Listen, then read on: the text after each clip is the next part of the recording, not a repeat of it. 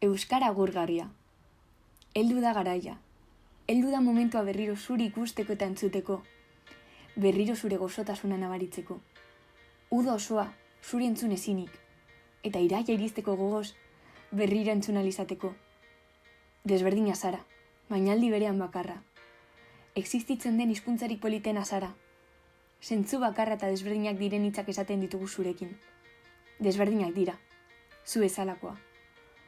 Astutako egun batean zure berri izan nuen lehenengo aldiz. Gogoan dut entzun zintudan lehen aldia.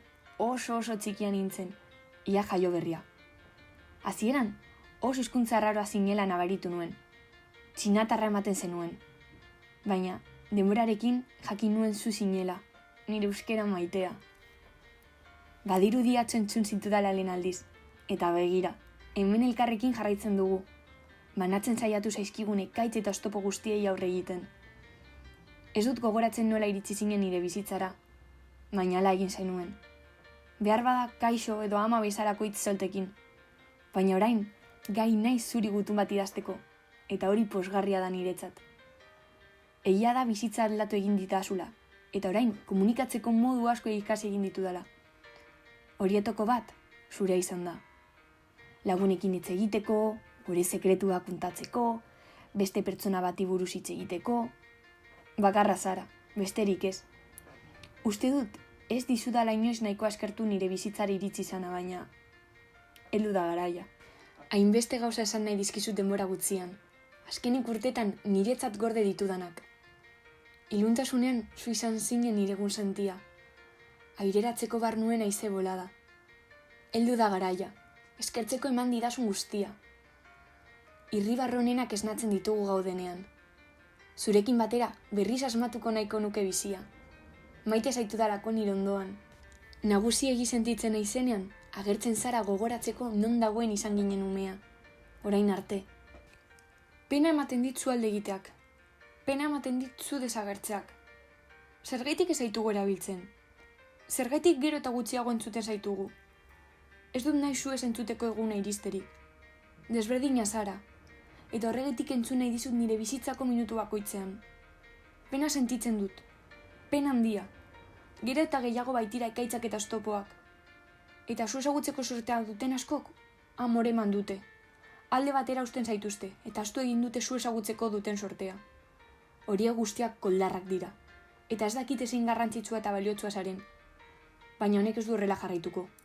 Gau eta egun borrotkatuko duten ausartak eta leialak egoten jarraitzen baitugu. Gurekin beti jarrai dezasun.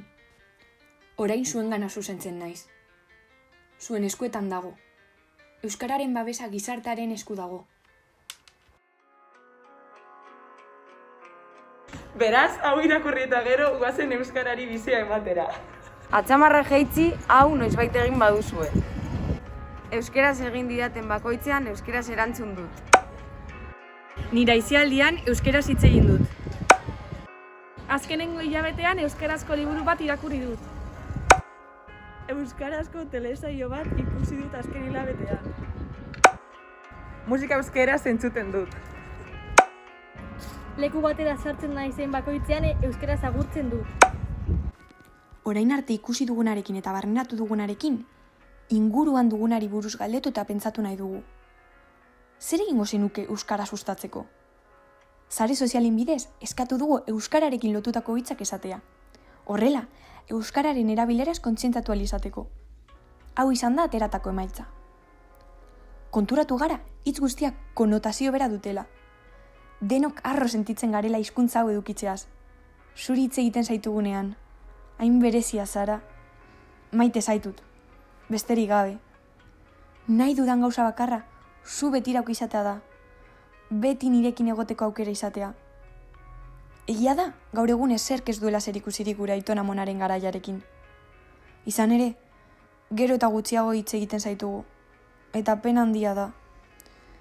Hala ere, beti egongo gara zurekin. Iraunkorra zara eta, etxea zara, familia, beraz, ahobiz eta belarri prest izateko gai gara. Eskerrik asko nire bizitzan agertzagatik. Makina bat aukera eskaini dizkiguzu.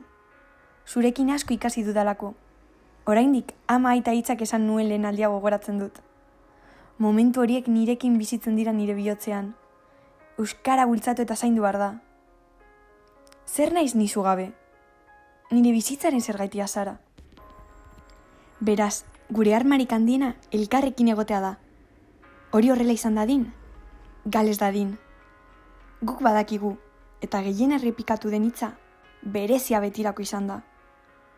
Erakutsi diguzue, zuek bebai dakizuela. Beraz, elkarrekin hobeto.